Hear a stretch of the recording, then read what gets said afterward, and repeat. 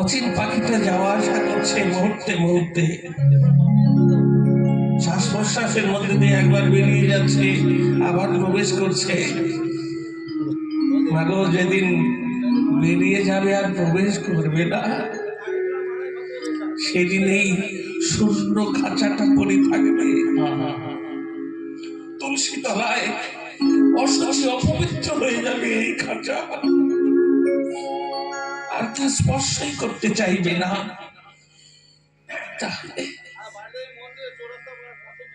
মায়েরা, এই দেহ ঘরটার কথা বলছে, 8 কুঠুরি 9টি দরজা। বলছে যদি দেবতা দর্শন করতে চাও, ভগবান শ্রীকৃষ্ণ বলছে, আমি বলছি না মা, মা যশোমতীকে ভগবান শ্রীকৃষ্ণ বলছে, যদি দেবতা দর্শন করতে চাও তাহলে সকল দরজাগুলি আগে বন্ধ করে দাও। তাই হরি বল হরি বল বন্ধ করে দিয়ে তোমার এই হৃদয় জানলাটা খুলে দাও, তাহলেই মাগো তোমার দেবতা দর্শন হয়ে যাবে।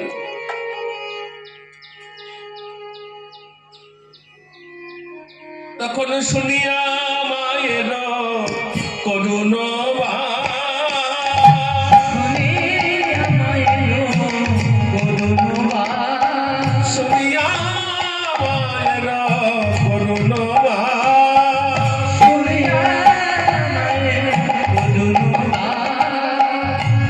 বেনুটি ফুরিল বকুল না,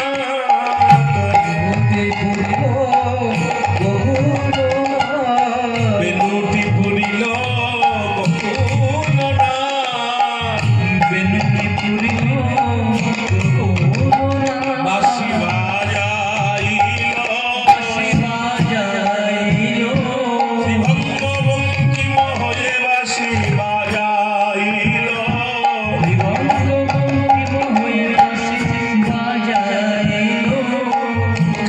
বাঁশি বেজে উঠল বৃন্দাবনে। বৃন্দাবনের আকাশ বাতাস ভেদ করে কৃষ্ণের বাঁশি বেজে উঠল। সেই বংশী ধ্বনি স্বর্গ মর্ত পাতাল ভেদিত। মনোহর ধ্বনি শুনিতে পায়, ধ্বনি সুরাসুর সব চলিল ধায়, চলিল দেবতাগণ বাঁশি শুনতে পেল যেমন, তেমনি শুনতে পেল ব্রজবাসীগণ।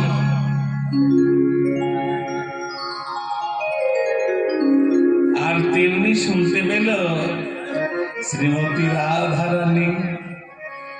আহা শুনিয়া মোহন বেলু, ও রায় ধনী রবস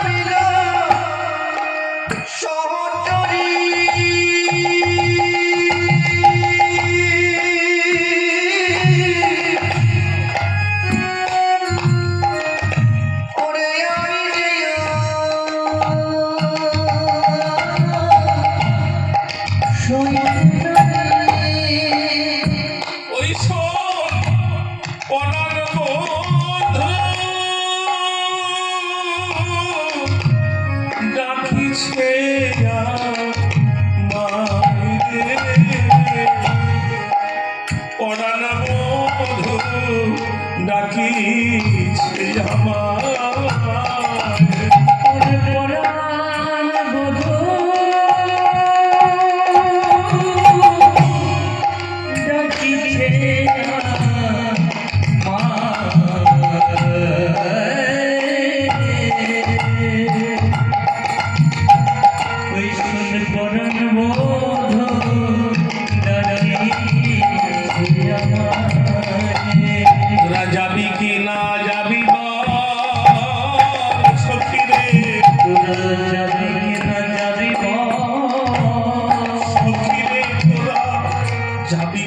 যাবি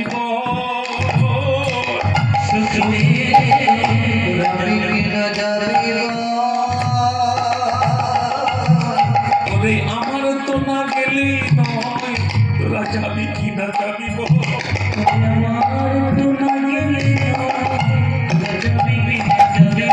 আমার তো না গেলেই নাই, ওই বাসি ডাকে রাধা রাধা,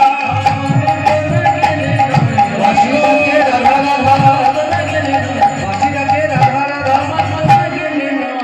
তোরা যাবি কি না যাবি পরাণ বধূ ডাকিছে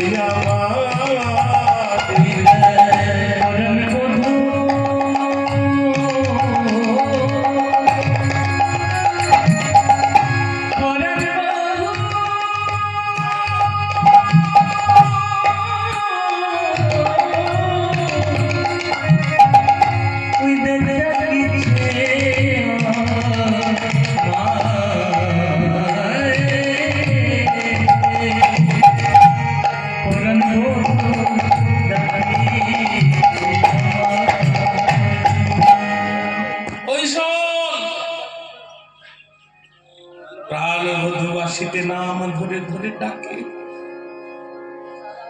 বাঁশির সুরে ঘরে থাকা যায় না। ললিতা রে, বাঁশি শুনে কি ঘরে থাকা যায় বল? বাঁশি শুনে কি ঘরে থাকা যায়? বাঁশি শুনে থাকা যায় না রে। ললিতা বলছে আচ্ছা জ্বালা হলো তো।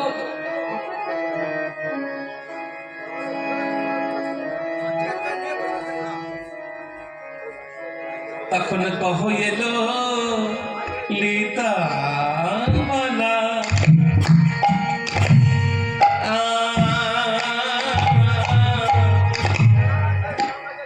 কি গো দিল জ্বালা,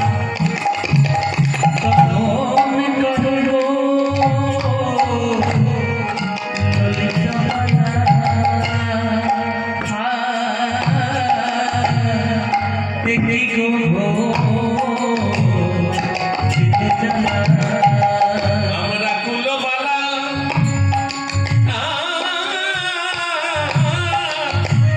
কুলে রে রাধে, তুই বাঁশি শুনে পাগলিনী হচ্ছিস। আমরা কুলের কুলবধূ, কৃষ্ণ রাখাল ছেলে, কৃষ্ণ যখন তখন বাঁশি বাজাতেই পারে। ওর রাখাল ছেলে, ওর বাঁশি বাজানোই কাজ। কিন্তু আমরা কি তাই? আমাদের ইচ্ছে থাকলে কি আমরা যেতে পারি? আমরা কুলবালা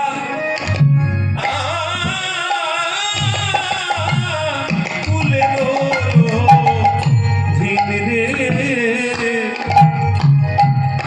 কুলবালা কুলে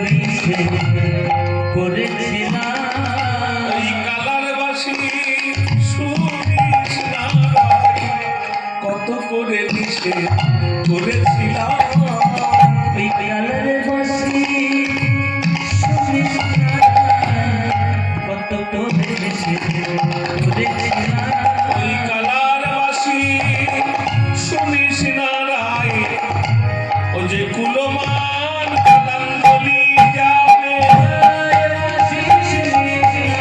কুলমান কালাঙ্গলি যাবে, কত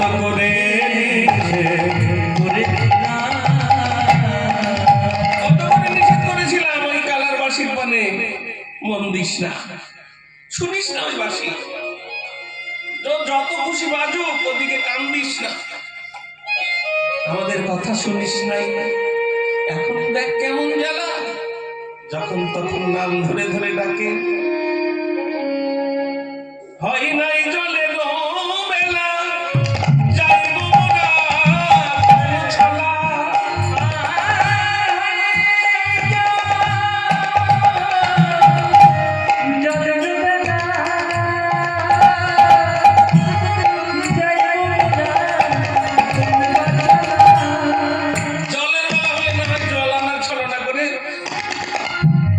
যেতাম কৃষ্ণের কাছে। এখন কি করে যাই বল? বিপদ ভঞ্জন মধুসূদন কে যারা ভালোবাসে, যারা আমার প্রাণ গোবিন্দকে ভালোবাসে, তাদের জীবনে বিপদ আসে, কিন্তু সেই বিপদ ভঞ্জনকারী তিনি সকল বিপদ হতে তার ভক্তকে উদ্ধার করেন। আজকে পাগলিনী শ্রীমতী রাধারানী কৃষ্ণের বাঁশি শুনে কিন্তু যেতে পারছে না। বাদিনীর ঘরে আছে শাশুড়ি ননদিনী, সেই বাদিনীর ঘর ছেড়ে যাবে কি করে? ললিতা কত বোঝানোর চেষ্টা করছে, কিন্তু অঘটন ঘটিয়ে দিল যেন ভগবান। তখন জটিলা কহে কথা, না আইল কুন্দলতা। প্রতিদিন কুন্দলতা সকালবেলা আসে রাধারানীকে নিতে। কেন না? ভগবান শ্রীকৃষ্ণ গোষ্ঠে যাবে, এই গোষ্ঠে যাবার পূর্বে রাধারানীর হস্তের রন্ধন তিনি সেবা করেন। মা যশোমতী প্রতিদিন তাই কুন্দলতাকে পাঠিয়ে রাধারানীকে নিয়ে আসে, রাধারানী রন্ধন করেন, সেই রন্ধনকৃত দ্রব্য দিয়ে গোবিন্দ সেবা হয়। আপনারা বলবেন, এই তো বললে তুমি রাধারানীর বাদিনীর ঘর ছেড়ে কুন্দলতার সাথে কৃষ্ণ সেবার জন্য যায় কি করে প্রতিদিন? মায়েরা, জটিলা কুটিলা রন্ধন করতে যেতে দেয়, প্রতিদিন দেয়। কেন জানেন না? রাধারানী রন্ধন করতে গেলে মা যশোমতী রাধারানীকে নব বস্ত্র, নব নব অলঙ্কার, উপঢৌকন হিসেবে রাধারানীকে দান করে। তো জটিলা কুটিলা চিন্তা করে দেখে যে বাবা, বৌমা একটুখানি ওই যশোমা মায়ের ঘরে গিয়ে একটু রান্না করে দেয়, তার জন্য এত এত সোনার অলঙ্কার, এত এত নতুন নতুন শাড়ি, এগুলো প্রতিদিন যদি ঘরেতে আসে মন্দ না, লক্ষ্মীরা হয় প্রতিদিন। এটা তো আমাদের ভাগ্যের ব্যাপার। রাজভবন থেকে এত এত সোনা দানা আসে ঘরে, লক্ষ্মী লাভ হয়, প্রতিদিন আমাদের লক্ষ্মী লাভ হয়। বৌমা একটু না হয় রন্ধনই করে দেয়, আর তো কিছু না। তাছাড়া সঙ্গে সখীগণ ললিতা বিশাখা এরা তো সঙ্গে থাকে, একা পাঠাই না কিন্তু আবার, বলা যায় না ওই নন্দের ছড়াটা বড় দুষ্টু,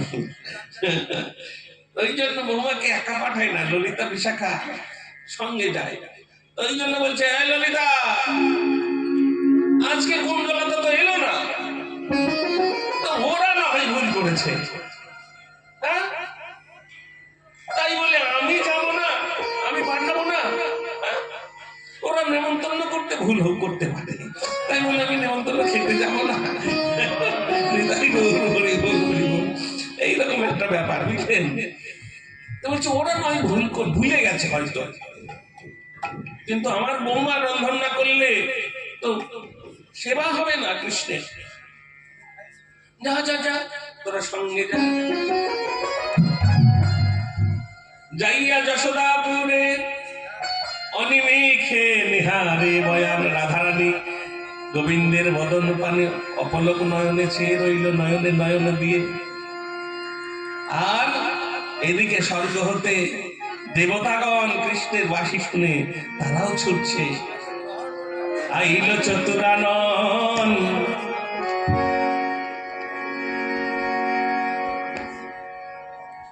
আইলেন ত্রিলোচন, সঙ্গেতে চতুরানন। আইলেন ত্রিলোচন, সঙ্গেতে চতুরানন। আইল গণপতি নারদের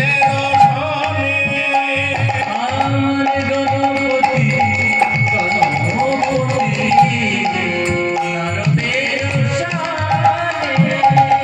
সুরলোক ব্রহ্মলোক আইল যত দেবলোক।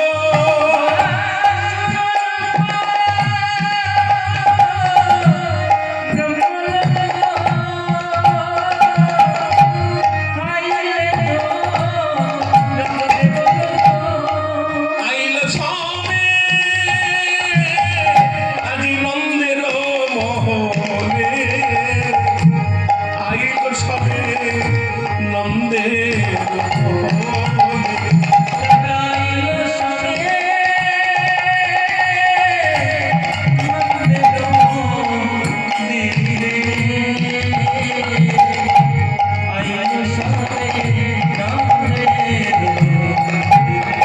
এসে দাঁড়ালো দাঁড়ালো,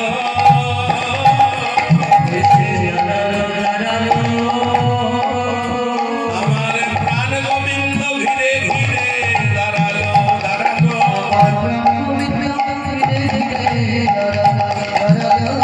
৩১ কোটি দেবতা, সুরলোক ব্রহ্মলোক যত দেব দেবতা ছিল, গন্ধর্ব গন্ধর্ব কিন্নর যত ছিল, তারা সবাই এসে এসে দাঁড়ালো নন্দের ভবনে। করে জোর করে গোবিন্দের সামনে দাঁড়ালো। কহ তবে নয় কোটি, আমাদের দয়া করো গিরিধারী।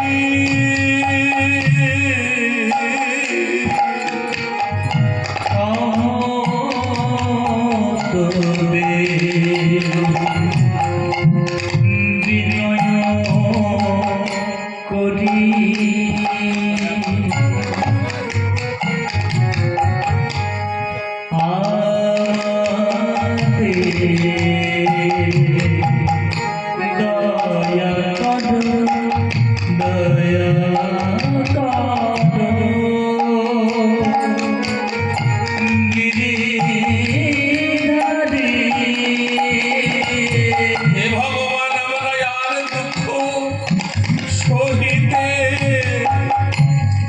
সহিতে না পারি।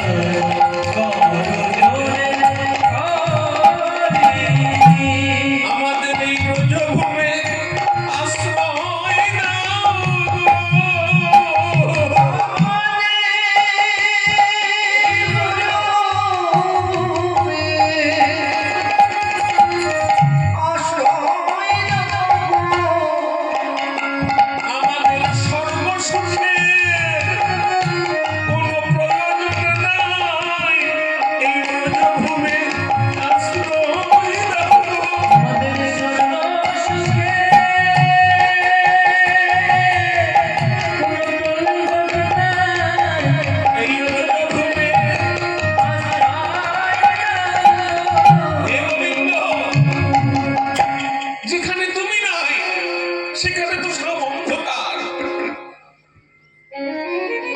গোবিন্দ, ওই অন্ধকারময় স্বর্গ আমরা চাই না। আমরা তোমার ওই চাঁদ বদন সারাক্ষণ দর্শন করতে চাই। আমাদের বাসনা নাই স্বর্গবাসে, ফেরি তব পীতবাসে।